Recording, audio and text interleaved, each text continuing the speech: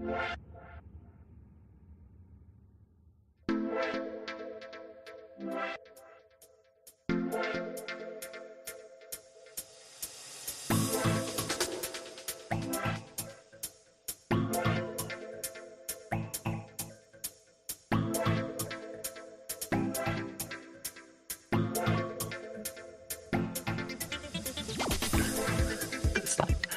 the Night of the Roxbury's right here.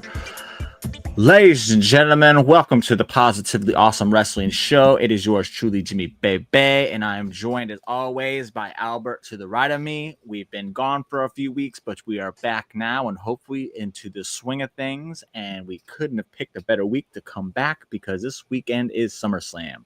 So with that said, switch up the question a little bit, Albert. How the heck have you been? How have you been enjoying your wrestling? And how excited are you for the party of the summer this weekend? So I've been doing okay. Glad to be back, right? Been really enjoying the lead up to SummerSlam so far. And, you would think that, hey, SummerSlam's in the New York/New Jersey area. That's where I live. I'd be going, but no, I'm not. I'm going to chill. I'm going to relax. I'm going to stay home unless maybe tomorrow, if I see a couple of last-minute SmackDown tickets floating around for a decent price, maybe I might pull the trigger. But other than that, I'm excited for the show. I'm really excited to see a lot of the matches on the card. I think that there's a lot of people that are getting matches on SummerSlam that people have been begging for, Triple H to kind of be putting on these PLEs and stuff like that. We're getting almost every title defended. And if it's not being defended, it's almost being defended in the SmackDown or the Raw leading into it. So I think that we're on a good stride towards SummerSlam. Agreed. I think this is one of the better built SummerSlams in a while. I can't think back to one that really stands out. So I've enjoyed it. Triple H took over right as SummerSlam. His first was SummerSlam. It was the SummerSlam I went to. It was crazy. Right. So that's now, if we're judging by what's going on as it pertains to, Triple H and what he's been booking and how he's been booking, I think that, this is probably the best lead up he's had to a SummerSlam thus far. Yeah, for sure. And it's a 2-night one, so they had to really put some eggs into this basket. I can't blame you on the ticket prices, though. I mean, I went all the way to Vegas and didn't go to Mania. Right. But I would keep looking, though, because there were some on that Saturday. No, it was the Sunday show. No, it was Saturday. It was the Saturday show, night one, where I liked the prices of the tickets, but I had already booked the party tickets that I got. Right. And I was like, I don't know if I want to go watch from the nosebleeds when I already have this cool Hard Rock Cafe Godfather party that I'm going to. Right. So I would definitely keep a lookout on those tickets a day of, if it's not like a crazy far drive for you or anything. So it's very easy for me. MetLife is literally 40 minutes away. Yeah, from my apartment. So it's definitely keep an eye out then. And it's easy. It's either that or I think SmackDown is in MSG, if I'm not mistaken. Is it? Is it MSG or is it I Barclays? feel like they would have hyped that one up a little bit more. Maybe it's Barclays. Let me look up. One of them, I'm pretty sure Raw is in Barclays, which Barclays isn't far from me either. So I can, living in Staten Island, I have the access to all three venues if that's what they're doing. Prudential Center in New York. Prudential. Okay, so Prudential is right near, it isn't far from from MetLife. So for me, any of those venues are pretty accessible for me. So if I'm going to look for tickets tomorrow, on Friday. I really think I'm going to kind of just check them day of. Honestly, I get out of work at 2:00. We'll see. Yeah, I would check after SmackDown. Push it as far back as you can. I'm checking for SmackDown because I don't know. Okay, for SmackDown. I don't know if I'm willing to sit outside in 90-degree heat for 6 hours. Just not, I just don't know if I'm ready for that. I mean, going to Prudential, I can be in a nice air conditioning, arena and be all happy. So I gotcha. Let me go through these comments and then we will get started because you were there with me. It's ruined me. What's that? Philly ruined me. It ruined me. And I was like, now I never want to go to an outside show unless it's like 60 to 70 degrees and no like inclement Beautiful weather. Yeah. All right. So we got Ron up in the chat. Hello, Ron. Thank you for coming back. And yes, welcome back. Thank you very much. Harry says he is excited for Punk and Gunther. You know, me too. Well, me too, partner. She says not with these prices. Yeah. He considered Mania at Vegas, but I'm assuming the prices are what made you stop, and I do not blame you, man. I really don't. It's 100 degrees. You must live kind of in the same realm as me then, Harry, because it's like 100 degrees here every day. I believe Harry's in Arizona, if I'm not mistaken. Ooh, okay, so he got that dry heat. He got that dry yeah. heat. And Ron, Shaolin born and raised. Yeah. This man be seeing Method Man going to breakfast and shit. Man, make me so. I used to see him every day. Honestly, I hate you.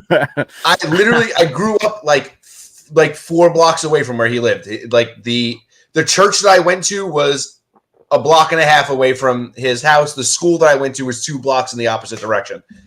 It's just right there. Saw him all the time. Thank you, babe. No, it is you. It is looking good. Hurry up, get home. We have plans tonight. So with that said, let's jump right into SummerSlam because, like I said, we have 2 nights. I do not know the match order. I don't think anybody does. So I'm just going to go by nights. Yep, they just have them by night, so that's fine. Yeah, I'm just going to start at the bottom of their list and work my way up. Let's do it. I'm already seeing a discrepancy that I do not think will be there, but it is what it is. And we'll try and move through these as quick as possible because, again, 2 nights. First up, Sami Zayn. Oh, wait, I want to do this real quick. We're going to go ahead and keep track this week. We're going to see who wins this week. Whoever wins this week picks the topic for next week. Oh, I like that. That's fun. That's what we're going to start doing with these prediction shows. So I need to get some paper so I can keep track of this stuff. But that's what we're going to do. So you better be on your A game here this week, Albert. I'm ready for it. A whole episode about how Finn Balor is overrated. You'll be doing that whole episode. I'll just sit here quietly and not add anything. All right.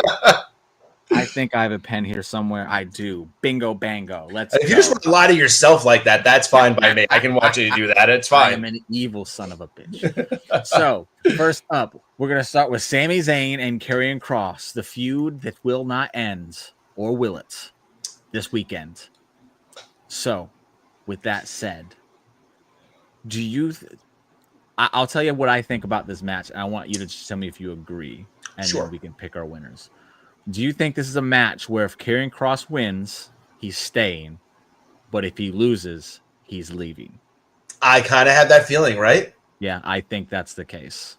I hate it because I think if he wins, he could still leave.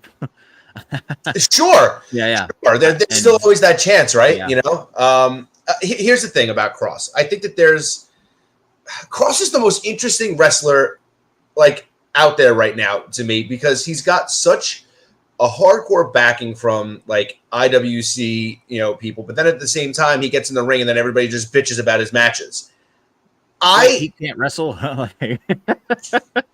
First of all, it was the first conspiracy about he doesn't take bumps, which then was easily dispelled, and everybody was like, "Okay, now we got to find something else." And then they just went back to the old classic: he can't wrestle.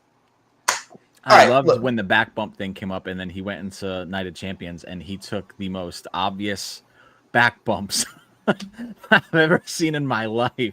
There was one to the floor where he just kind of flopped and just hilarious. I love Kross, and I agree with you, Ron. Kross will be fine either way. He will be fine either way. I agree. I want to see him succeed in WWE, though. Me too. I just do. I feel like there's so much for his character and there's so much for his character to do that he doesn't need to wrestle every week to continue to stay over and get over. And he also doesn't get cheapened. Like when he gets beaten, it doesn't feel cheap. It feels earned, and even with, Harry, that's a great point too. But like, I think that what bothers me the most is that wrestling fans have really put themselves into this little box where if you don't wrestle a certain style, you're being said that you can't wrestle. Yeah. And I think that that's crap. And I think that a lot of it has to do with the introduction to a lot of younger wrestling fans to pro wrestling was around the times where we saw people like the Hardys and the Dudleys and Edge and Christian having like these big matches. The pace was picked up. Things were a lot faster and they were moving a lot quicker. I grew up watching the 80s where it was slow and methodic, and I appreciate that style. And Cross is a little bit of a throwback. Yeah, but that doesn't mean it's bad. It means that he's adapted that style for now, and it works for him. That doesn't make him a bad wrestler. Yes. He's a different flavor. I think a lot of today's wrestling fans kind of grew up watching the Ring of Honor. That too. Yeah, that too. I think I've never made the comparison before, but I've always said it about UFC. UFC was so fun back in the day when styles clashed. You had this person with this style, this person with this style, that so on and so forth.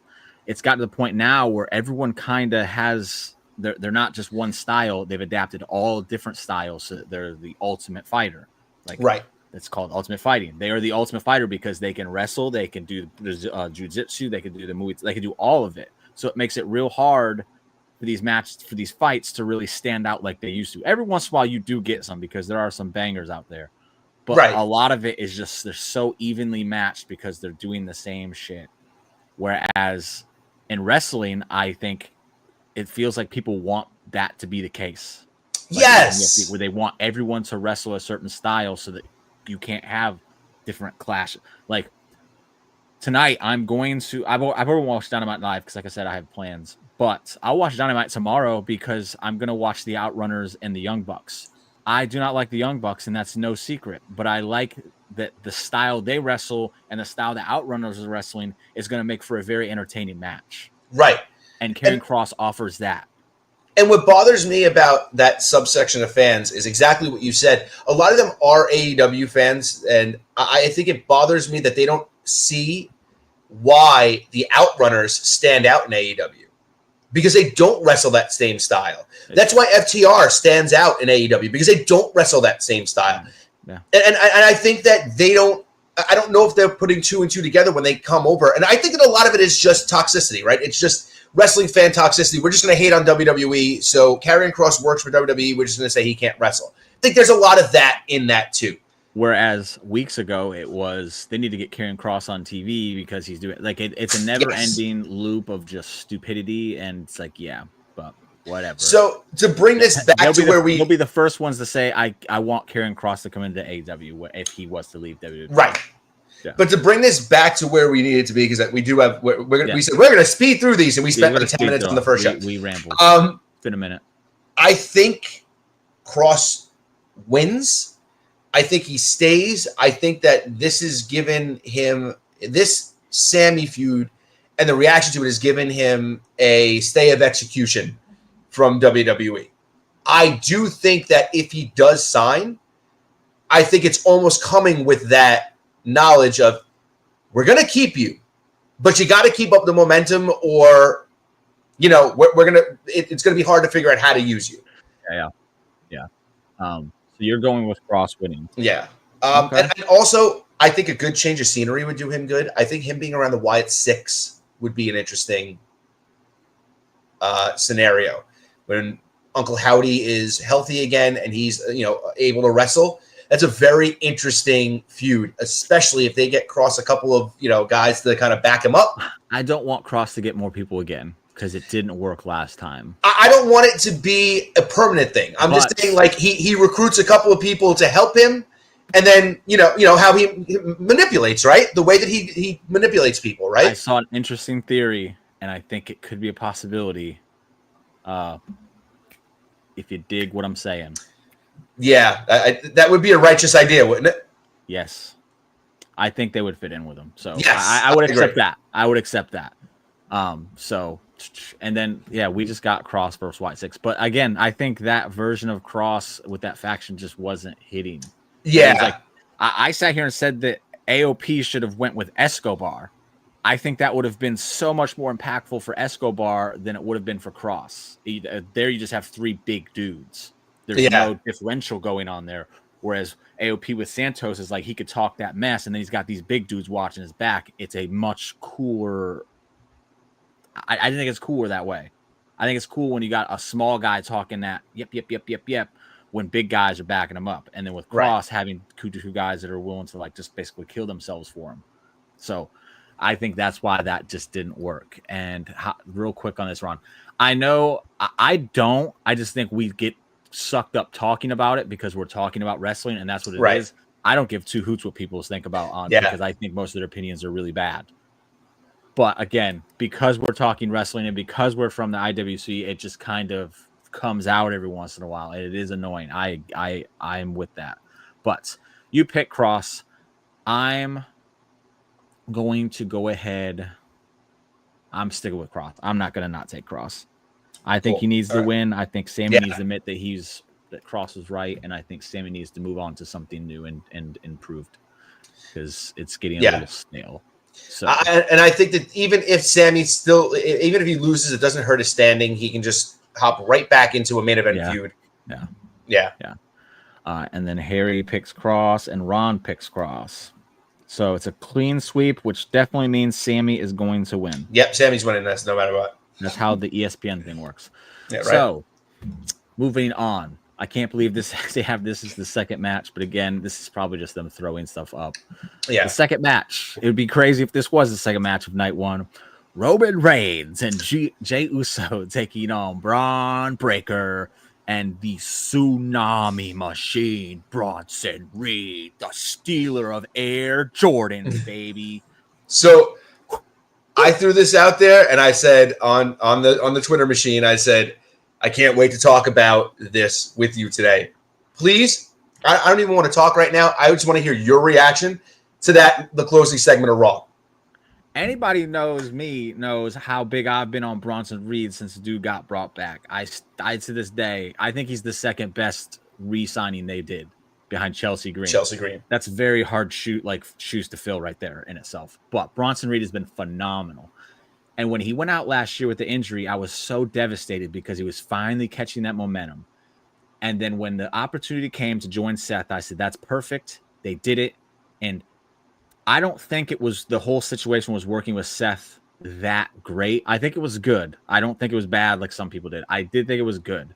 I think without Seth, they're better. They come across as more dangerous because they're doing things their way. And there's no plan. It's literally just like, we're going to destroy people. Well, there was a plan, and it was Braun's plan, which I loved. But what's the plan? Destroy people. That's literally all it is. There's no like mastermind behind it. Like whereas with Seth and Paul, it would be like this, and this.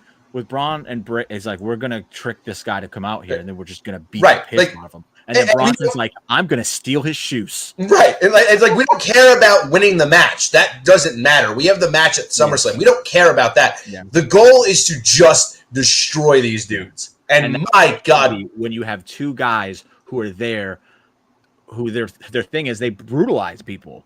Yeah. I said, man, if you could get them doing a tag team where you're spearing and then tsunami and someone, that is killer. And it is killer.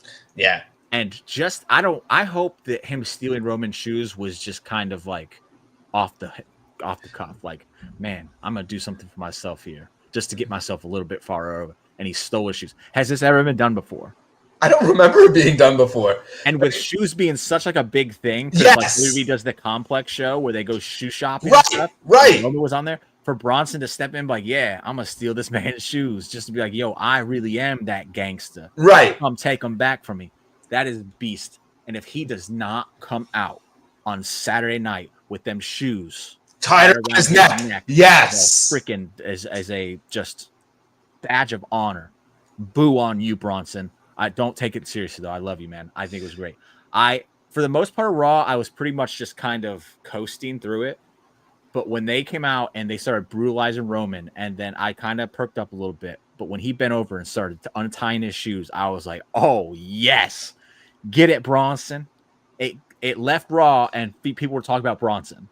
Yes. Which is what he needs. That's the little bit he needs to get to that next level. He needs to get people talking other than just tsunamiing people.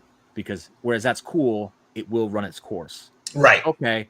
Now we're talking about him because he just did this gangster thing. Okay, Bronson, you've got my attention.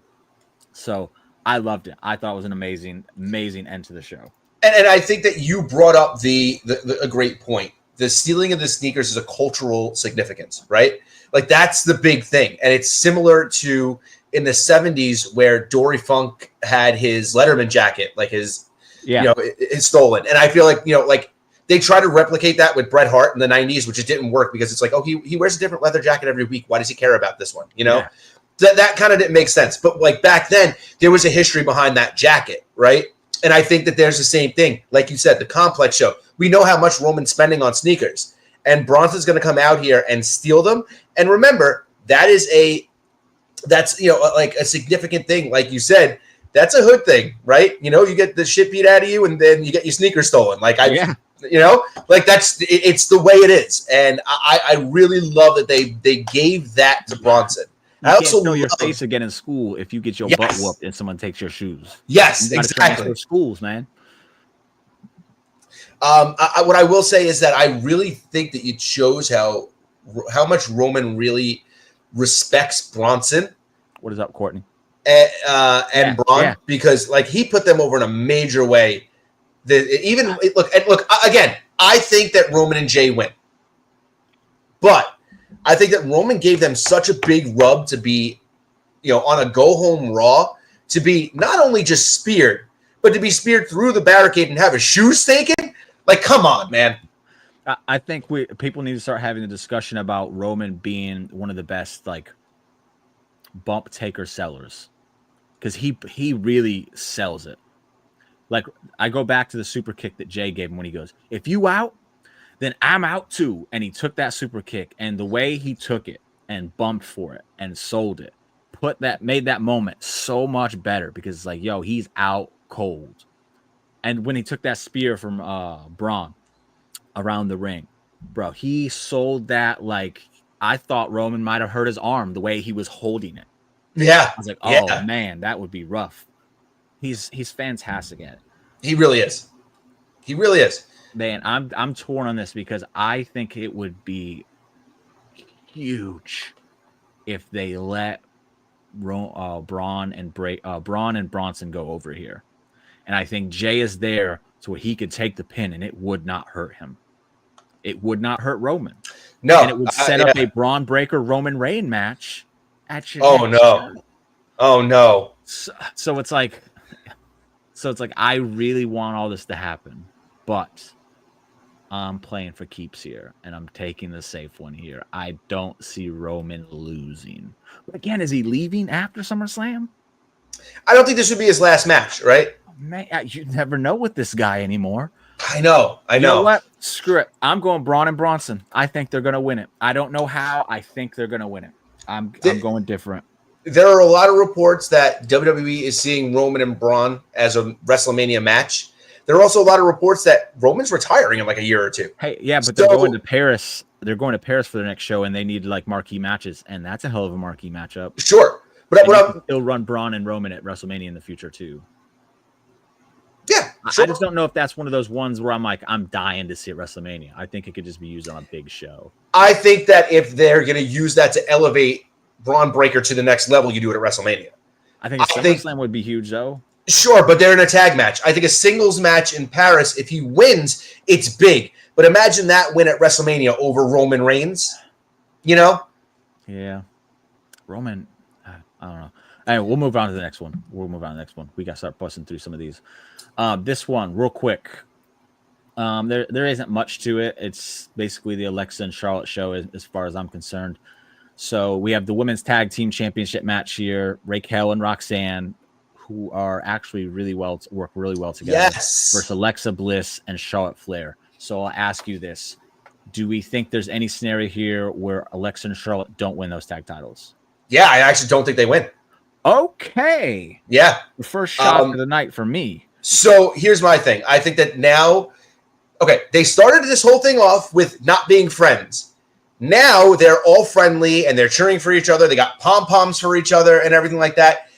They have already shown that there was an accident at Evolution. That's what cost them their match. They didn't let it get to them. I think when they lose this time, I think that's when it gets to them. I think finally Charlotte snaps. She turns on Alexa, and then we get the Charlotte and Alexa program that I think that everybody was angling towards what we felt that was going to happen. I also think that Roxanne is, and I'm not saying this because no disrespect to Liv Morgan. I think Roxanne's a better partner for Raquel. I think they work great together. Yeah. I think that they're like a perfect match, and this is like something that I think they lucked into. I think Liv is too big for the tag division anyway. So I think it's better off that Roxanne and Raquel are a team. And I think they keep the momentum going. I also don't think that – so we already saw Finn and JD retain their tag titles, right? Alexa and Nikki. Funny enough, it's Alexa and both of them. But continue. Yeah. Sorry. I think that that Roxanne and Raquel work really well together. I think that we saw that the Judgment Day kept their titles.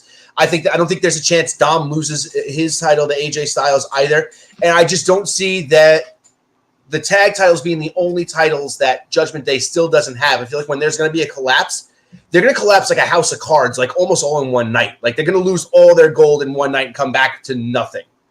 Okay. I'm going Raquel and I'm going Alexa and Charlotte. I think it might have what you're saying. I think might have been the original plan, but I think this has taken off a little bit better than they might have expected. It's put Charlotte in a position where she's likable, which I think is very good for her. I think she probably mentally needed that, and I think they're going to ride this momentum. And I think having the titles on Charlotte isn't a bad thing. I know people hate Charlotte having a title, but the tag titles is different for me. Alexa has been out of the spotlight for a long time, and I think she needs it. Even though she was gone for a while, before then she was out of the spotlight for a while. Yeah, and I think she kind of she needs it. Now that's the reason why I actually think they lose, because I think they both need it, and I think that they can give each other the rub in a singles feud rather than just being like, oh, we're tag team champions now. Okay. To counter that, I think if you run the program with them as tag champs and let it run its course, you could have that at a big show later down the road. Sure, and I think that if they win the titles, that's what they're doing. But I personally don't like the drawn out tag team that we know is going to implode. I just don't like that trope, and I know that's if they win, that's what's going to happen. I don't think you need to do it that way. You wouldn't have to do it that way. You could literally have them do it, and then they eventually, when they lose it, Charlotte just flips a switch right then and there. There was no sign of it coming, but she takes it out. But it still works because Charlotte's like, I'm a champion, and you cost me that, and that's what leads to their thing, and I think it works. Whether they go that route or not, I don't know. I just think you can't not ride this momentum, especially with Charlotte finally being in a position where she's not hated. I think they're going to turn. I think no matter what, Charlotte's a heel in this scenario, no matter what. Sure, right? She will be, but I think they want to let her ride this for a little bit. I just think they want to. You might be right, and I think that if anything did save it, that hot tag, reaction she got at Evolution was really, and the momentum she's had since really kind of did maybe sway them. I still just don't see it. Who you got, Ron? I think it's gonna, yeah, and that's kind of how I'm thinking too, Harry. So, but we'll move on. Next one, another tag match, one that might be in jeopardy. Randy Orton and Jelly Roll taking on Drew McIntyre and Logan Paul. So first question, real quick, are you buying this Drew McIntyre story? I kind of want to, I kind of want to, right? It worked, but I don't know if I want to. Is this for real? Like it looked real, right? I mean, I don't know what Scotland looks like, so Well, I don't even think he's in Scotland. I think he's in the UK. Or he's in the UK. Well, yeah. Wherever he is, I don't know, But I kind of would. Ron thinks it's a shoot, so yeah, man, I think it is too.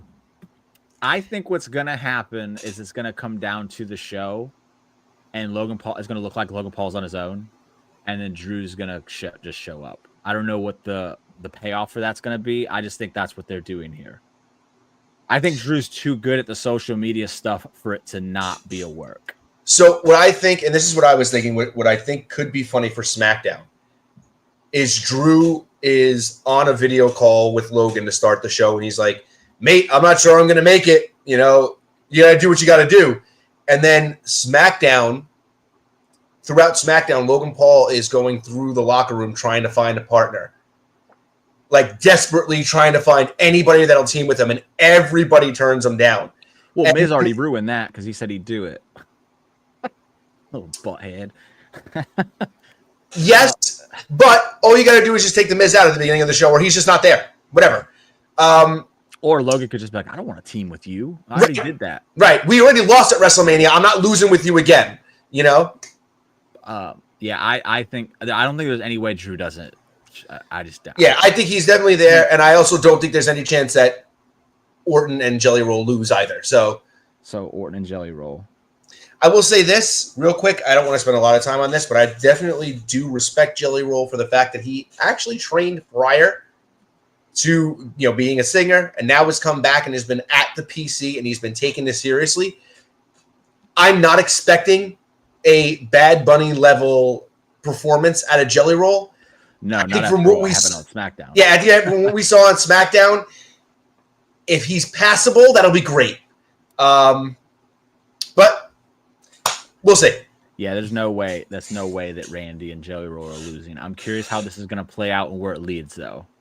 Because Logan and Drew is an interesting pairing. But if you come out of this doing a Drew-Logan program, I think that would be really good for Drew. But then he's not a heel anymore. But then he could just be the tweener. I'm excited to see what comes out of this match. That's my thing. I could care less about the match. I know it's going to be RKO. Jelly Roll is probably going to get a hit RKO on Logan Paul. It's just going to be one of those things, and that's fine. But, bro, Harry, ain't no way, brother. No. Imagine Jelly Roll moves like Keith Lee. No. Bro, let me tell you, I will go buy all of Jelly Roll's music and merchandise the day after if that man moves around like Keith Lee. If he hits a soul bomb, I'll go get all the Jelly Roll stuff. Ain't happening though. I saw him hit that dang trailer slam, and I was like, "Yep, that was Logan Paul all the way." Yeah. This is one of those things that's just like, oh, okay, this is for fun. I think Randy's a good person to have in there because he can sell it that way. The crowd's gonna be hot. They hate Logan. They really react for Drew. They really react for Randy. It's just a hot crowd, and I think it's just gonna be a fun moment. But there ain't no way Jelly Roll and Randy losing. So I'm taking them as well. I'm assuming that's who you're gonna take to Ron. Courtney says she's taking them as well. It's a clean sweep yet again. We got to stop these. Next match. I was different than in the last one. Come on. But we have, I think, 3. Yeah. No, we don't, because I went different on the second one. All right. So there we go. But next one. Again, I don't know how much time we want to spend this one, and I hate this is the case because Naomi ruined this one for me. It's Tiffany Stratton defending the WWE Women's Championship against Jade Cargill. And I really thought this is where Naomi was going to cash in. I loved her cash in, so I'm not upset. Seriously. Freaking amazing. And I could spend all day talking about that whole show and that match and everything about it. But I really thought this was going to be happen where she was going to troll Jade and take the title from her, and it would have been funny. But who do you have in this match and why? So I think Jade wins, and I think that the story then becomes the eventual lead up to Jade versus Bianca, possibly at WrestleMania. Here's my thing. There's a giant part of me that going into this thought, man, if Tiffany's title reign would have been better, I think there would have been a better chance for me to think she was winning this. But I do feel like they set her up to fail. Turning her babyface to me just stupid. It doesn't suit her character, and I just don't think she's going to be able to get her footing back until she turns heel again. And I think that her losing is the first step to that. What sucks for her, I think, for Tiffy is I think she needs to take a little bit of a break. But I also think she needs to be a heel. So coming back after a break as a heel is very tough, especially for someone who the crowd likes. Like, the crowd likes Tiffy. I think she's just gotten stale. But I think it's because she's not a good baby face. She's not. I think she's just a natural. I mean, I will say Sasha Banks did come back and turn heel immediately, and I always thought the turn was weird that she changed wigs, and I was like, what's going on here? But I very much enjoyed the fact that they did that. Like, I like when they do stuff like that. I think the difference there is Tiffy's likable and Sasha wasn't. Don't hate me, people. Don't hate me. Look, I think that she's like, to the people who like her, she's the greatest thing in the world. I think to the people who don't, it's these people, and there's not a good big middle ground. Yeah, Charlotte, and look, and I'm not just saying that about Sasha. Charlotte's the same way. If you like Charlotte, absolutely. You love her. If you don't like Charlotte, you hate her guts. The people here are the Charlotte ones who are like, she's the greatest thing since ever, and then the rest of everyone's like, boo this one, like so, right. I think there's qualities, and Tiffy's likable. She just comes off better when she's not being, hi, I'm Poppy and friendly and nice. No, you need to be mean. That's right. Spirit of like what the Tiffy character was. So an overhaul or turn heel, because it just doesn't work.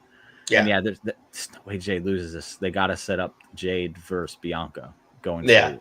And how long they draw that out is I'll be very curious to see.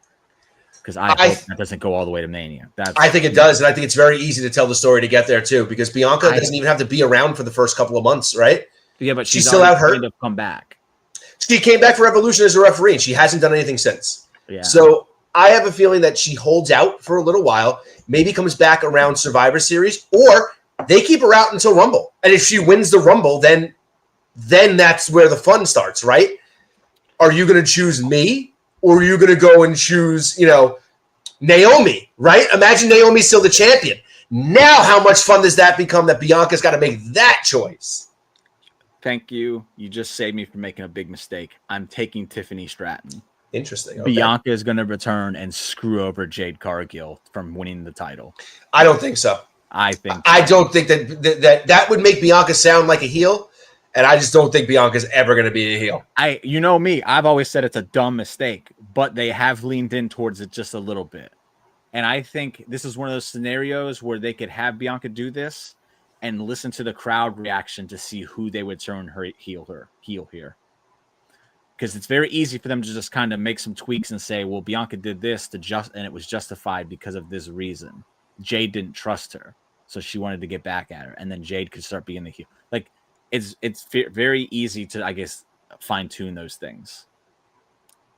And I don't think Jade's ready to be champion. I just don't. I don't know if she's ever going to be ready, but I don't think she is right now for sure. I don't think it matters. I think this is one of those things where it's so obvious that it's not going to be obvious at all. Here's my thing. I don't think it matters. And I think WWE can figure out how to work around everybody's weaknesses to the point where they'll make it passable enough that she'll be fine. And also, look, I haven't, again, and I'm going to throw this out there now, so any questions that are going to be pertaining to this, I have no idea. I have not watched that behind-the-scenes show yet. I don't know what's going on, but I did hear in a clip Triple H make mention about the fact of him saying he's not putting his champions out, to wrestle as often to avoid there being an injury. I think that really bodes well for Jade because she doesn't have to defend that title and have many matches. And all she's got to do is just hit her high notes. And that's why I think Jade shouldn't be champion, because she should be out there wrestling far more frequently to get to that point. Well, this is where I think that WWE is doing themselves a disservice by canceling house shows, because this is where Jade gets better. Yeah. They did a run last week, because I almost went to one of those shows. I just so happened to be in Texas, and I was like, what? They've got to. I think they've really got to do more of them for some of these. One a month would be do them justice. They got to do more than that. I think like 2 a month, 3 a month. They've got to get back into do one a month for one show and then another one for another show. That way you have Raw doing this circuit and Smack, kind of like how they do the holiday tour. You have Raw doing these and SmackDown doing these, and just inside that way. But I just think that these wrestlers need reps in front of a live audience, and that's what I think it is. I think it's that, and that's another reason why speed is so good. Yes. All right, moving on. So I took Tiffy. Everyone else took Jade. Booty. Let's go. World Heavyweight Championship match in this better main event, or I'm going to freaking lose my mind. It's CM Punk, the best in the world, taking on Gunther, the real best in the world, for the World Heavyweight Championship match. I have goosebumps thinking about this match, because I cannot wait to watch CM Punk put this man over in such a big way. He was watching them Harley race videos to prepare for this match. And I'm so mad that I didn't get to see any of those dark matches they had on the European tour. I'm excited now. This is my match of the weekend. So, like, I'm no other match I'm excited for. Not even close. This one. Yeah, I mean. And what makes it even crazier, I don't even think my boy wins the title. Yeah, I'm with you. And I think that it's a better story. I think that Punk, and especially Punk's promo leading up to this, I need to be world champion. Take that away from him, please. Make him get more desperate. Give me more desperate to be world champion CM Punk. God, that's just must-see television. You were referring to Braun beating Roman at WrestleMania to make it a bigger thing. And I feel like this is a case-by-case scenario. And I think CM Punk coming back and winning the world title is a much bigger deal and fits the narrative a lot more at WrestleMania than it does SummerSlam. I agree. So that's where I would put the title on Punk if I did it. I wouldn't do it, though, which is, again, crazy. I am a Punk fan. I don't think he needs it. But if you are going to do it, that's where I would do it. And I don't want Gunther to lose this match because you brought it up last time he had a big match. He loses too many of these big matches. And I think this time around with the World Heavyweight Championship, he needs to not only be in the ring having, face-to-face with the big guys, which they've been doing this time around, and I love it because he's held his own every single time. I think he needs to start winning those matches as well. Yes. And CM Punk is the kind of guy who will gladly do it. He's there for the story and to put people over. And I'm excited for this match. Gunther is going to brutalize this man, and I'm going to be grinning ear to ear the whole time. I think that there's a very real scenario where 3 weeks ago I would have said CM Punk wins this match. And I think the scenario is that if Rollins is not hurt, there's a chance that Punk gets immediately cashed in on. The thing that the reason why I probably still wouldn't go with that is because I still think that that's the play. But I think you're right. He's got to do it at Mania. Like, he's got to have that moment like Drew, right? That moment where it's like, I did it. I did it on the grandest stage of them all. I beat Seth Rollins, who at this point was on the run of a lifetime, the king, and then he gets over, he got over, aggressive, and Punk costs him that. How much of a great 180 moment would this be that it's now Punk who finally gets that big win, and he's in the ring and he's celebrating, and it's Rollins who comes out to spoil it now to cash in to win the title. I don't. It's a much better story. I don't see this happening at SummerSlam. I don't know if Rollins is even well enough to do this at SummerSlam. I think that Punk putting Gunther over, every point that you make was 100% right. Punk putting Gunther over means something. I think it means something for Punk. I think it means something for Gunther, and Gunther needs this. He's lost at WrestleMania twice. He's got 4 losses? He's lost 2 matches at WrestleMania. He's lost 1 match to Cody Rhodes for a double world title. You know what I mean? Like, he's got to win this one. This is a big deal. Ron brings up, I like this one being simple and straight to the point as far as the build goes. What I like the most is this is the first time Punk has had a feud in WWE where the whole point of it wasn't, you're a cancer and you need to get out of here. Right. I hate your guts. Yeah. Guts is like, I'm better than you and I'm going to prove it. Right. Thank you. We needed something different this time around. And I will say this. I think a big feather in Gunther's cap was beating Goldberg in his last match. Then it's a huge deal for him. I think that is solidifying him as a guy that they're going to put their eggs in that basket, right?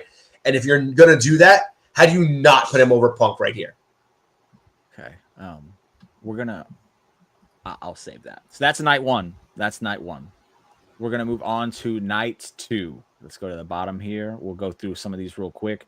This one, I just want a winner because I know we're all excited. It's going to be a train wreck, but in a very, very awesome, good way. We have TLC for the WWE Tag Team Championships. We have the Wyatt Six, your champions, versus DIY, versus Street Profits, versus Fraxium, versus Motor City Machine Guns, versus Andrade and Rey Fenix. And I would like to just tell me who you got winning. I think the Wyatts retain. Ooh, This man wants to be booed.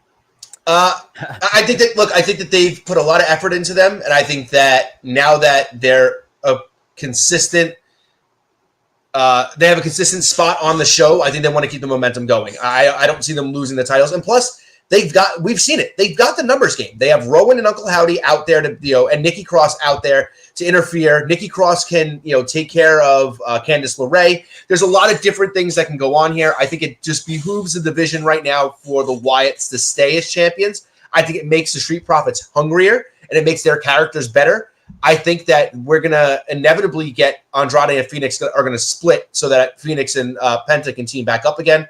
So I don't see them having a cup of coffee title run right now. It's a possibility. I just don't see it. And everybody else in there are formidable. And I think anybody can win. I just think it makes the most sense for the Wyatts to win. Also, everybody can now shut up about the tag titles not being on a PLE. They're there. You happy now? Look, they're in a big match on a PLE. So I'm taking Andrade and Phoenix because Cool. I thought I loved their presentation on SmackDown last week. Yeah. I loved their entrance. I loved the little promo they did together. This is exactly what Andrade needed. I know everyone is so high on this man, and yes, he is very talented, but he is nowhere near the caliber of main event talent that everyone thinks he is. I think he has a ceiling that people need to understand. And for him to get to that ceiling, which is the mid-card, and there's nothing wrong with that, I think he needs to have this tag team run. Whether it's with the titles or not, I don't know. It doesn't really matter. But I do think a tag team title run is good for him because it gets him on the show more. It allows the fans to see him and possibly get behind him, which is what he needs, and then go about his business. And if he goes to the main event scene after that, awesome. He is very talented, and I'm not pooping on him at all. But I brought this up. I was like, is there a world where Phoenix actually wins a title before Penta? And I think it's the case. I think Andrade and Phoenix win this. And I think it's a thank you. I definitely do think that you have a very good chance of being right. And if I had to pick another team, that's probably who I would go with. Yeah, because you said why you think the Wyatts are good with the titles. I think they're worse off with the titles. Kind of like with Bray.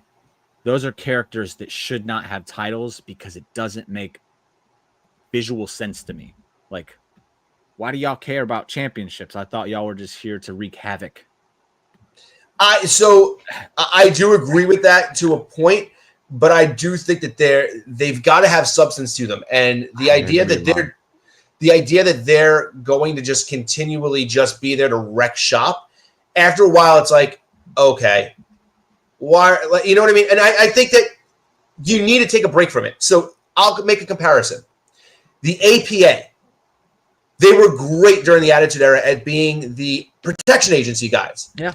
But there were those points where they took a sojourn from that to become tag champions. And I think it refreshed that gimmick a little bit so that it was like, okay, these guys aren't just here to beat people up and get beer money. They have goals too. They want to be here to be champions too. That's great. I think I like that for the Wyatts for a little while. And then you can get back to the creepy stuff again.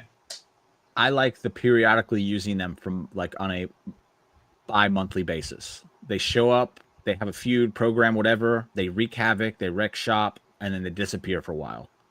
I think that's what works best with them. And that's how they've kind of utilized them. The last break was longer because of the injury, but that's how they were utilizing them. They'd use them, then they'd disappear. Then they'd come back for a new feud, they'd use them, and then they disappear. And I think that's how they're best utilized because I just don't think they are a week-to-week act. They're hard to book week to week. Yes, and I just said we were going to give just winners, and we went on a tangent. I'm going to stop myself now. Anyway, so you are the only one who didn't take Andrade and Phoenix here. So you are the lone wolf here. Good. I hope you're wrong. Next match. I know you do.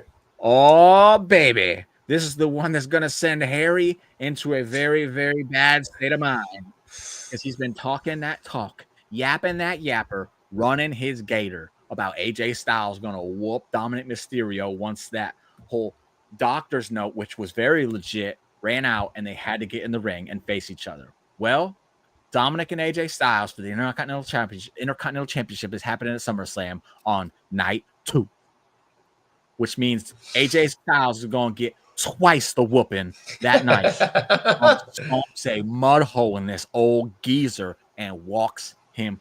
AJ Styles is going to regret signing that contract, buddy. That's what's going to happen here. Ain't no way. It just ain't happening, Harry. You're going to be very, very sad. And yes, I will be in the DMs after this match saying, I told you so.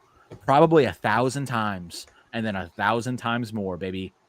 Dominic Mysterio retains. That's all I got to say.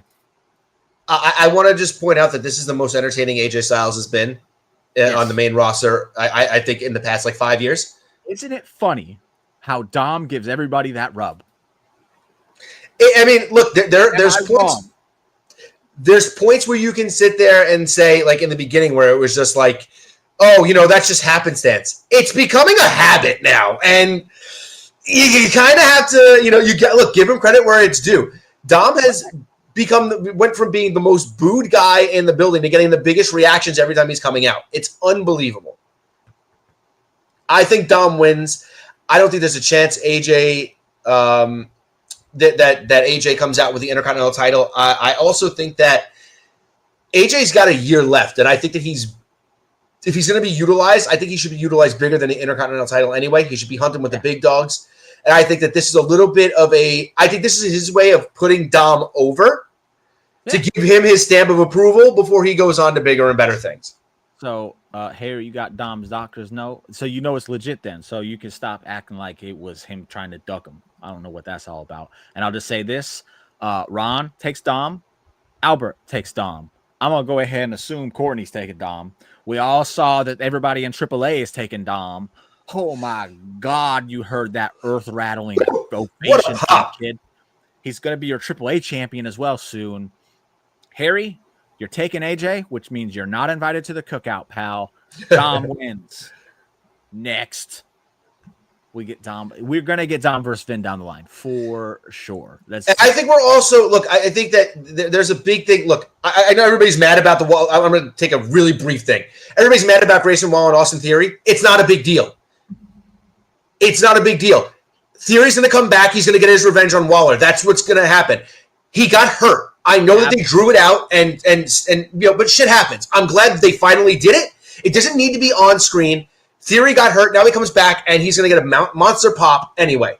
Everybody likes to think that everything's a big deal when it doesn't happen exactly what it wants. And Ron, I'm not saying that this is you. I'm saying the internet really made a big deal about this.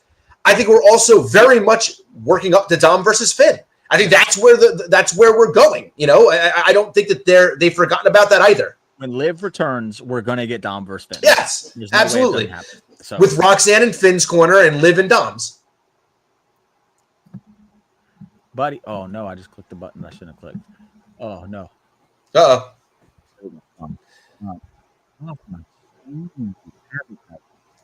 Harry says he's going to have his own cookout and you're not invited, but Albert. Hey, listen, he's going to be too busy at my cookout celebrating Dom's victory. That's going to happen there. I'm going to eat all your food. Yeah. Dom's is going to happen. And when Austin comes back, I mentioned this earlier, how he started getting the chants and the cheers because he wasn't on TV every week, and the absence makes his heart grow fonder. Well, now that he's really gone, he's really going to get a pop when he comes back. And it's going to go crazy when he comes back and beats the brakes off of Grayson Waller. So yeah, it's going to work. They kind of got a blessing in disguise with him getting hurt. Serious. It's just something very minor. But I think that's a blessing in disguise. Next match. And we don't have to spend too much on this one because I hate to even say this because I love the man so much. But I feel like this feud has gone a little stale. And it's probably just me. But you have the United States Championship match in a cage with Solo Sikoa, who is absolutely great. He's money. Too. Yeah, not what I mean, because I'm going to always try it, but I can't do it. I love both of these guys. I just think this one's gone a little too long. I'm excited for them to fight in a steel cage, though. Yeah, I think that's awesome. I think I love the build to it in a way. I do love the whole cop thing. I think that's good. I do like that Solo has kind of rounded out his crew now. But I just don't think there's a world where Jacob Fatu loses this in a cage. And I'm expecting to see Jacob Fatu moonsault off the top of a damn cage onto Solo Sikoa. I don't think Solo's going to take that. This is going to shock. I don't think he's got a choice. I'm going to take Solo because I think a cage match is exactly how you can beat Jacob and not have him look bad. because Solo could just crawl out of the cage. I think that unless that there's gonna be some chicanery and they're gonna get into the cage and then like they're gonna beat him up and then Solo's gonna be out of the cage. I don't. Solo will have Jacob would have to pin Solo because he's not gonna be able to escape it. One, it doesn't go with his character. Two, there's 4 guys on the outside that are gonna stop him coming. Or 3 guys on the outside that are gonna stop him coming in. And I just think this is a match where you can really have Solo win just by like crawling out of the cage. It fits his character with this feud and doesn't make Jacob Fatu any less. Also, I know Jacob Fatu had a short run. Solo shouldn't, because that dude put in work over the years and all that just to get a 1 title defense reign with that. I with that. I think Solo wins. I think that there's a much better story for Solo coming out of the other side, and I think that they built up Jacob so much. I feel like him losing here kind of stalls his momentum a little bit. And we've seen the WWE has a tendency of knowing how to stall people's momentum. LA Knight. So I just don't want to see Jacob fall into that category. I think that both of them are so entertaining that neither of them will get lost in the shuffle, especially that Solo's got an entire crew. I think tell you what I pitched Triple H at the last meeting. You're going to see me on Unreal. I'm in there a few times. I thought so. Yeah. Chelsea winning at number 30. I thought that was your idea.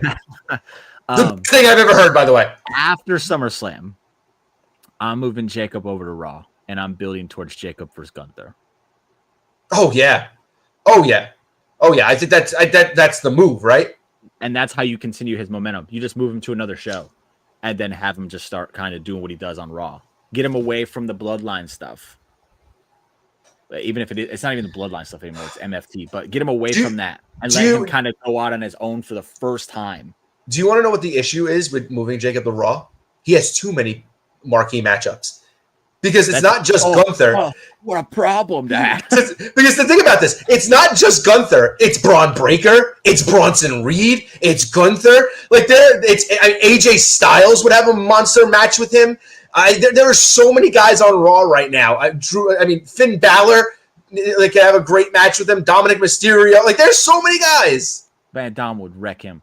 But, man, we're going to get this later. But yeah, that's not a bad problem to have at all, man. That's a great problem to have. I think it's great. I think after SummerSlam, you're going to see people switching sides because they need to fresh things up a little bit. And I think I hope so. The MFT is exactly how you have him lose the Solo by Solo escaping the cage and not doing anything. So with that said, I'm the lone wolf this time. Cool. I'm the lone wolf by not taking the lone wolf. Wow. Harry, I like that. That makes sense. How about MFT versus? That'd be a very interesting one. I'll say that. They'd have to sell me on it, but I'd sit and watch. Yeah. All right. Next up, the rubber match, baby. Man, the women's wrestling and it's freaking good right now.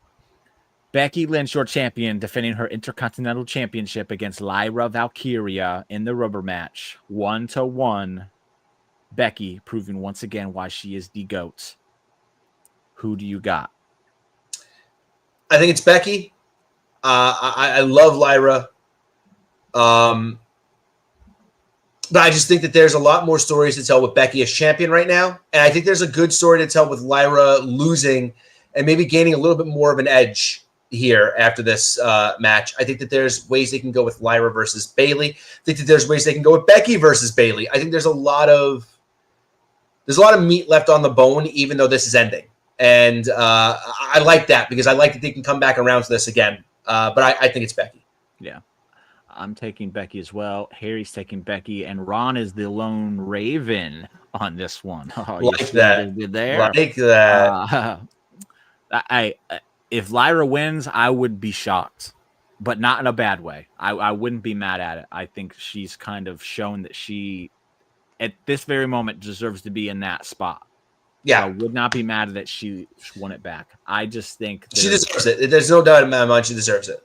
There's something with her and Bayley and you don't need a title for that. And then No. Becky can move on to someone else and get the next woman over, because that's just what she does. She's like a getting woman over production line. I almost hate the fact that she's a heel right now, because I really would love to see Becky and Chelsea. But then I just want to see Chelsea feud with everybody. Chelsea's a babyface. What are you talking about? The people that boo her are just morons. I'm not going to disagree there. So we got Becky. I'm excited to see where this one goes. I think that's what I'm more excited about here. The match is going to be great. Yeah. That they have not had a bad match. Yeah, I agree. Even their triple threat with Bayley was so freaking good. But I think Lyra and Bayley have unfinished business, and you don't need a title for that. And if you're trying to get women more involved and give them things on the TV shows that don't involve titles, this is how you do it. You can see Lyra and Bayley without the title. And then absolutely. And Bayley can just circle back to the title if that's necessary, or Lyra can, whatever happens. Right. So, which is similar to what I was saying with Charlotte and Alexa, by the way. Just throwing that out there. So Becky will flex her win, get it, because with her Happy Gilmore character. She was in that movie a lot more than people said she was. I don't know why. Really? Good. I'm glad. I still wasn't like a main character. MJF was in it more, but it wasn't like she was one shot of her and it was done. She had a character in that movie, and it's awesome. From one awesome women's match to the next, we have Io Sky and Rhea Ripley, and they better be proceeding with caution, baby, because Naomi is not dropping that title for nobody. This is my most anticipated match of the weekend. I am so happy that people have finally taken on to this Naomi thing. Yes. I'm so freaking happy that they saw what I seen all them months ago. Oh, I'll come back to that, Harry. But yeah, I'm taking Naomi, and I think this match could also be a show stealer. I think this is it. I think this is the best match of the weekend. I don't think that there's a world where that we've lived in where Io Sky and Rhea Ripley have had a bad match. You're adding Naomi into that mix? Please. This is going to be so great. I think Naomi's style is so different than everybody else's. And I love how she wrestles. She's like this very big mix of like a high flyer, but at the same time, she's not really a high flyer. She's grounded, but she's not like a technical. Like she does a little bit of everything. I love everything about the way she wrestles. I love the way that her promo work has become. I love her as a heel. I didn't think that there was a chance that when she came back that we were going to see her in this position, and I am absolutely here for it. I love it. I think Rhea Ripley is the biggest star in the women's division. I think Naomi is the best character in the women's division right now. By far, I don't think there's anybody right now that's more interesting to me anytime I see them on TV than Naomi. And it doesn't matter what show she's on. She's interesting when she's on SmackDown. She's interesting when she's on Raw. I think that she's doing a great job as champion. I think their cash-in was great. I'll stop gushing about her. I think she's fantastic. Let me go ahead and make this call to the Secret Harvest real quick, because you just disrespected Chelsea. Chelsea's always right there. I'll concede to the fact that Naomi is the second most entertaining character in WWE's women's division. But again, we already knew this. I've been on the Naomi bandwagon since WrestleMania. Yeah. Like, I saw it. I was like, something clicked with her, and I've never been a Naomi person. I talented, yes, just hasn't clicked with me. Something at WrestleMania clicked, and I said, I hope that they're able to ride this momentum for her. And they finally gave her how I feel like they should have done it, and it's worked.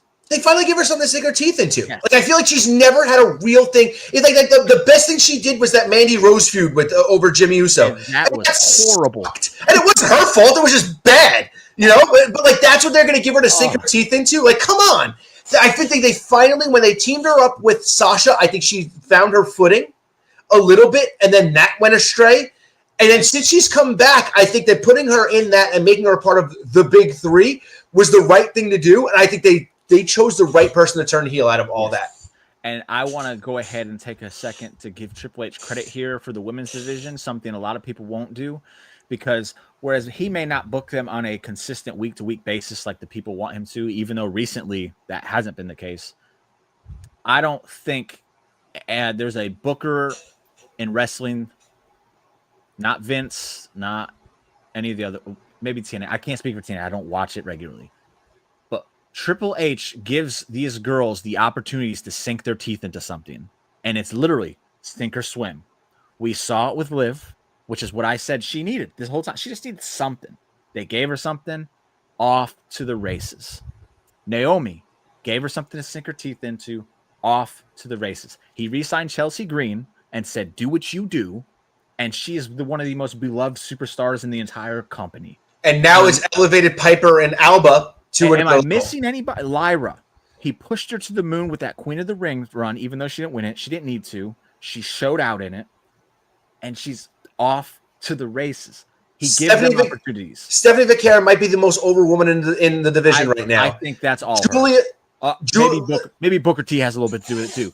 But what I'm saying is that Julia has been given and Zelina were both given opportunities that weren't there under a couple of years ago. He gave Zelina an opportunity. It didn't work, but he gave her the opportunity to sink her teeth into something. Right.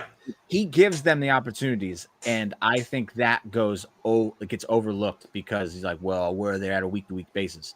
It is impossible, absolutely impossible to book a main event scene, a mid-card scene, a low-tier card scene, a women's division, a women's tag team division, a men's tag team division, all that on one show. It's not possible on a week-to-week basis, and people need to wrap that around their head, unless you want some crash course TV like Vince Russo used to do, which nobody wants anymore.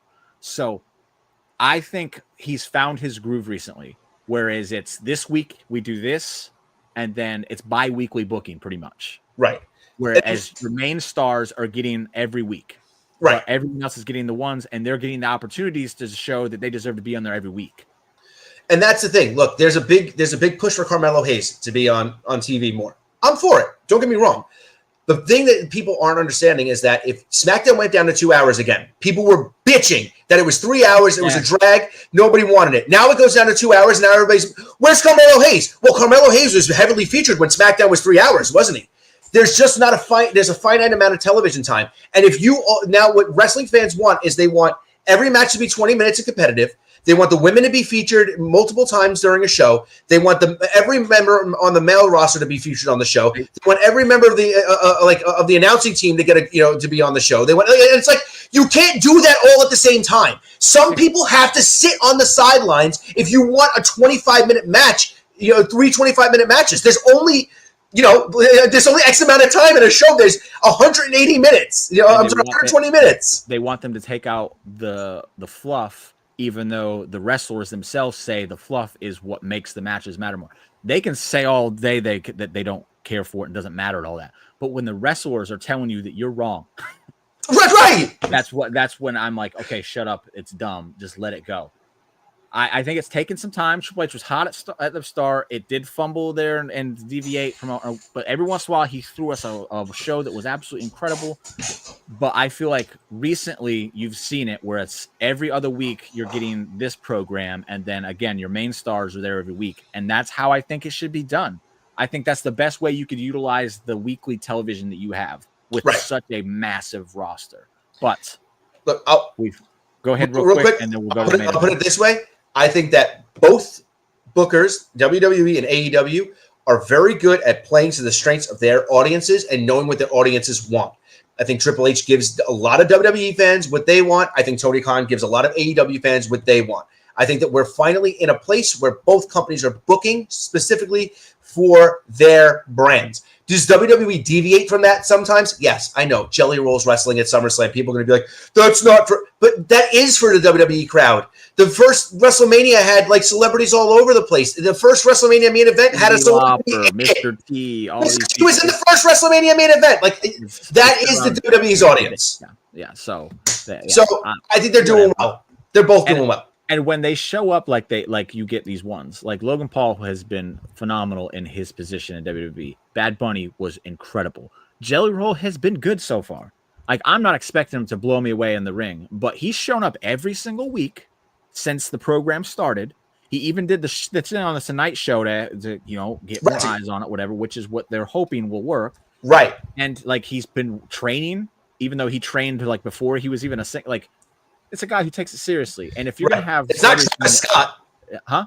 It's not Travis Scott. Yeah. If you're going to have people... that was a fumble, and that's fine. Right. They're going to happen from time to time. Right, exactly. I'm all for you having people who take it seriously like this and it worked. And so far, the Jelly Roll ones worked. But on to the main event of the weekend. It is the one that I'm sure we're going to go crazy on for a little bit. We're already over an hour, so whatever. I don't care. Cody Rhodes trying to win back his undisputed WWE Championship from John Cena in a street fight. Can I tell you a secret? I'm not excited about this. Get the fuck out of here. I'm just not. I think they're going to win you over. I hope they do. And don't get me wrong. I think they will. I think the build's been weak. I think we've seen this before. I think that we've talked about this, and I'm still in this position. No matter who wins coming out of this, I still don't understand why they did it. I don't understand a lot of it. Look, if there is a cash-in at the end, Harry, if you're right, maybe I can kind of forgive that. My big thing is that there's nothing that's made this feel must-see for a second time to me. I think they did a good job in building it at WrestleMania. I think that Cena turning heel was a choice. I don't know how successful it's been. I think this is the most successful he's been because he stopped being this guy that's going after the crowd, and he's just become this kind of cheapy. Yeah, and he's become like this little prick. I love don't get me wrong. I love the promo that they did. I just my team just thinks it's not good for me to be at SummerSlam. You can get your shot somewhere else, but I'm just going to go. And I like that. That's the best thing Cena's done outside of the Punk promo since he's turned heel. I think the Punk program is where it turned for him. Yeah. I did like his first heel promo because it basically touched on it all. And then after that, it kind of just became repetitive. But Punk coming into the equation kind of flipped the switch in him. But, I don't even disagree with you. The build has not been great. I'm just excited because I don't think this is a blockbuster match. And I'm not a Cody guy, but I know how big of a deal he is. I'm not like I love John Cena, but I'm not like a John Cena fan, if that makes any sense. It's kind of like, I hate to bring him up because it's such a sore subject now. Like, whatever. I'm not a Hulk Hogan fan. Listen, I just did I love Hulk. I love what Hulk Hogan has done for the business. Like, that's John Cena to me. Like, he is at that level. So this is a blockbuster match to me. I'm excited for the finish because I have zero idea of how this is going to play out. And I think there's a lot of different ways you can go. Harry here has a version. That's not it. Where Cody wins, then Seth cashes in. They want to make up for that Mania match. Sure. And I think a street fight is going to be able to hide a lot of Cena's inability to keep up with Cody Rhodes. Yeah. That's definitely a thing. And we've seen Cena against AJ in a no disqualification match. He's good and KO. He's good in these matches. Yes. I don't knock people for having low hopes because the build hasn't been anything for this match, but I think it's just a continuation from the last one, and it's blockbuster, and that's why I'm excited for it. I wish it was. That's not a SummerSlam match to me though. Like I think I've been more interested in that now than I would be with Cody. For sure, but it's not a SummerSlam match right now because Sammy has cooled off. If Sammy won King of the Ring, though? I don't know. You know how much this pains me to say this. It's tattooed on the back of my leg right now, man. I love Sammy. I love Cody. What? Like, I love Cody. I should be excited to see Cody in this position. I just think that, look, there's a point where WWE does these things, and Vince did this a lot with Hogan, and he did it a lot with Cena, where they give the babyface too much. And I think for Cody to win, all right, so he lost that WrestleMania match, right? But what else has he lost other than that, really? Like, he lost to Roman, he lost to Cena.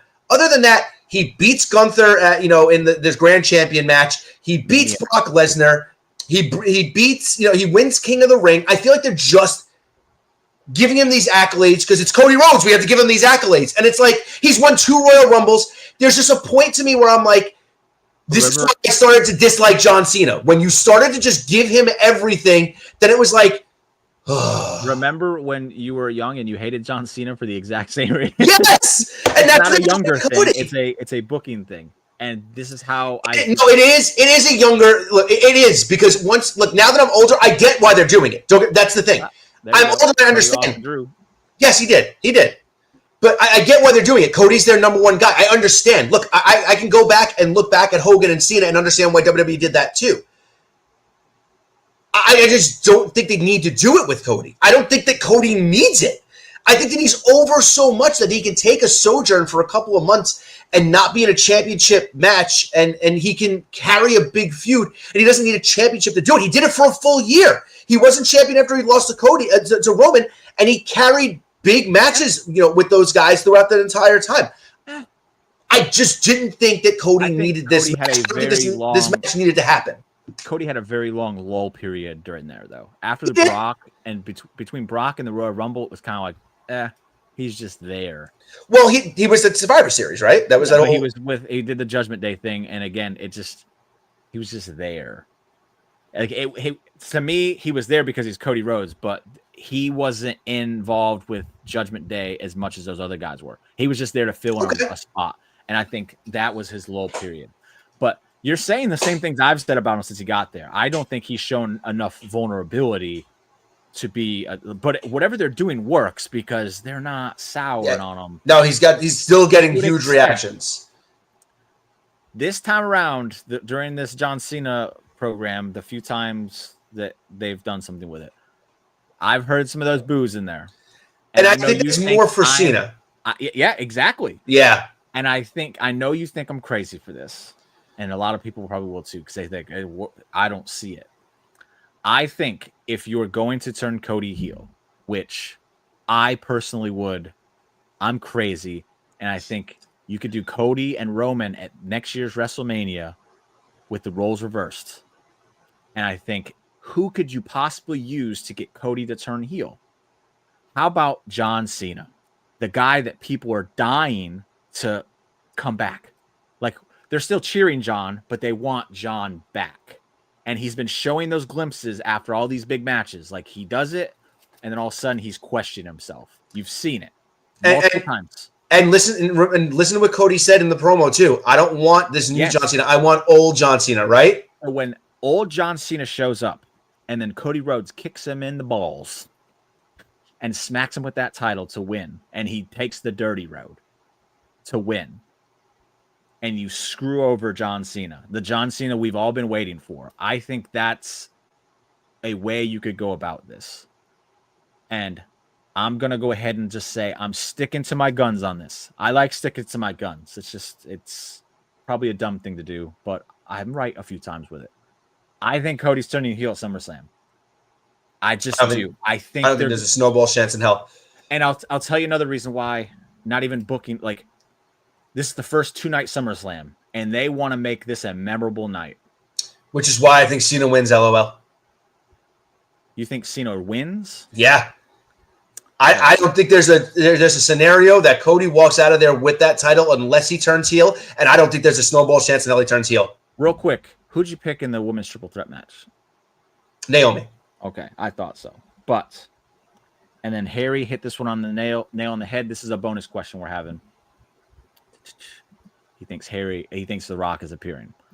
I think The Rock is appearing too, because he has a movie coming out in September. Yeah. And he's going to want to promote it. I think The Rock turns up, and I said this again a few weeks ago. I think the whole play on this is going to be that The Rock used John Cena, which is going to build some of that sympathy, even though John Cena, the babyface, doesn't need it, to get Cody Rhodes to sell his soul to The Rock.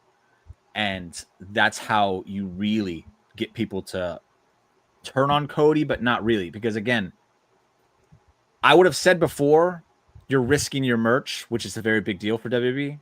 But John Cena's still pushing all that merch as the mega heel. Cody's still going to push that heel. And he can still play the same character, just in a very smug, I'm better than you kind of way. And I just see Roman and Cody 3 with The Rock involved, and this is how you get there. And yes, I might be crazy. So here's what I think. I'm not moving from my stance though, and I'm sticking with it. If Rock is going to be involved in a WrestleMania match, in any case and scenario with Roman Reigns, it's got to be one-on-one between the two of them. I don't care anymore. I don't care. You teased it. You took it away, and it was the right move because Cody deserved the spot, and that's fine. But you teased it, you took it away. If you're going to bring The Rock back for anything else, he's facing Roman Reigns one-on-one. I don't care what you say because at the end of the day, there's nothing else I want to see. He's wrestled Cody. We've already seen him wrestle Cena. I don't care about him doing anything else at this point. He's going to get in the damn ring, put him against Roman. It's the only thing I care about. How mad would you be at Cody and Rock if they showed up at WrestleMania and you didn't get that one-on-one match? Wait, run that back again? So Rock comes back. You're saying the only way Rock's coming back and get involved with a Roman match at WrestleMania is if it's one-on-one, and you want to see that. What if he didn't? How mad would you be at him for just standing in Cody's corner? Oh, I'd be unbelievably pissed. And you'd be pissed at Cody as well, yes? No, I'd be pissed at come on. I'd be pissed at The Rock more than anything else, and booking. Because at the end of the day, I'm not thinking, oh, well, first of all, I also don't think Cody wants to turn heel. I don't think that there's I think there's a part in him where he is taking it very seriously being the John Cena role. And I think that he understands that means he's going to be a babyface forever. I don't think he wants to turn. And I don't think that turning him now makes any sense because even if that's the case and then Cena becomes the babyface, what are they going to do? Turn Cody for what? 6 months? And then what? Because eventually they're going to need another top babyface. Cena retires. Who else is there? I've been over this. LA Knight, CM Punk. LA Knight's not doing anything. Jey Uso. CM Punk is still... Drew McIntyre could be a babyface again by then. And they're all not going to be number one guy on the totem pole, top babyface like they position Cody. As much as you want that to be Punk... It won't be Punk. I'm not saying that. I'm just saying... There's a slew of top baby faces that could have programs with Cody where the fans are fully behind them. But if you want your top guy who the fans like who's doing the Cody thing now, I think Drew could be that guy. I think LA Knight could be that guy, even though it would be for a very small time. I think he could be that guy. I think they tried it with Drew, and I think that they've realized Drew is better as a heel. I think that if they tweener is like a Stone Cold level character where it could work. Sure. No, look. I'm not getting. Don't get me wrong. I love Drew McIntyre. I'm not saying that I don't think. Sami Zayn. I think they played around with Sami Zayn's head for too long. Yeah, that's true. But here's another one to add to the top level baby faces that Cody could have these programs with and make make his title run very interesting. I'd be willing. Roman Reigns. I'd be willing to see you guys prove me wrong. I don't want to see it. I don't want to. Look, the other thing is this. I've wanted to boo John Cena my entire freaking life. That's all I've wanted to do. I have not gotten to the point where I feel like wrestling fans are ready to boo Cody yet. And I think even if you give them a good excuse to, I think that there needs to be a reason why. And I think that if their goal right now is to eventually turn Cody and they're trying to give him all these accolades and shove him down our throats for that to be the case, I think they're starting that way, but I still don't think we're there yet. And I think that if he's going to turn heel, it's got to be like the biggest heel turn of all time. No. You can't manufacture that. You have to. They tried it with John Cena, and you can't manufacture it. They did it with Hogan. That wasn't forced, though. I'm going to these nitros. That wasn't forced. This was in the play for a while. I don't care. That's the thing. But again, all right. So again, to argue against myself, they were turning on Hogan at the time, so it made sense for them to turn Hogan. They're not turning on Cody, really. And even with John Cena, they're booing him a little bit, but it's not as much as I thought it was going to be. Because okay, let's just say SummerSlam hits. John Cena's music hits. Those people go crazy because they always still do. They will. John Cena's Titantron plays, though. It's not the black and white version. They're like, oh. And then John Cena comes sprinting out into that ring like he used to. And they're like, oh, we got John Cena back. And then he's doing the whole John Cena hustle, loyalty, and respect gimmick throughout the entire match. But then throughout the match, you just see Cody taking every little corner, cutting every corner he can, which he has been doing recently in some of these matches. He did it against Orton. I'm not disagreeing with that. So you start seeing those little things play out in the match. And the double turn is a very hard thing to do. I don't remember who said it, and I agree. It is a very hard thing to do. But I think when you have two people who are masters of their craft, like Cena and Cody, it is very possible. And if they want to make this SummerSlam 2-night thing a very memorable year and make it be like, okay, this is why we're going to 2 nights, you got to do something major. And I think that's what I would do. Here's my other big thing. My other thing is this. If they do this now, let's just say that you're right. If they do this now, we're going to always view this John Cena heel turn as like the biggest mistake they've ever made. Because what's the point? If they turn him 6 months later and the turn is just, oh, well, Rock screwed him over. It's like, then why did he turn heel in the first place? What was the point of this? Cody and stamp Cody as the guy that's their flag bearer. Even if he is a heel, he could do it as a heel. I firmly believe that because he could just do it as a smug and arrogant prick, a politician. That's the beauty of Cody's character, is he could literally just play the same shit just as a politician, and it just comes across as fake, but he could still do it. And that's why I think Cody is the perfect person you could do this with, and it's okay. I don't think you could do this with anybody else. I think Cody's character makes it work. The only way I see this a scenario where it works is that Cody doesn't turn heel. I think that Cody wins. Cena begrudgingly shakes his hands. The Rock comes out afterwards. He goes off on both of them. And then the Rock's got maybe that's where the Rock's in cahoots with, Braun and Bronson. Yeah. And, they're the next big thing for Cena and Cody. And Cody's the champion. Cena's a babyface. They've got to overcome this new group. Maybe. I'm excited to see what happens. Again, Same. I'm not moving from my stance. Is it going to happen? There's high likelihood, no. But if it does happen, I see why, and I can see where they're going with it.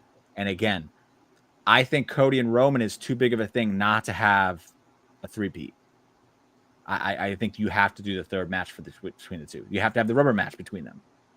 They're your number 1 and number 2 guys now. And I think to get there, I want to see the roles reversed. So I'm playing fantasy booker to get us there. See, I actually think, and this is me being me, I think it's cooler that they don't have a decisive winner and that's going to be like the great unknown at the end. Like, man, Cody and Roman were cooking on all cylinders. They beat each other, 1 each, and then Roman retired. And damn, what would happen if Roman would have still been around? Boo this man. All right, so that's the bonus question then. Do we think Rock's showing up? You say no. No, I don't think so. And you pick John Cena, yes? I think Cena wins. Yeah, I think there's going to be some chicanery. Harry says Rock's returning.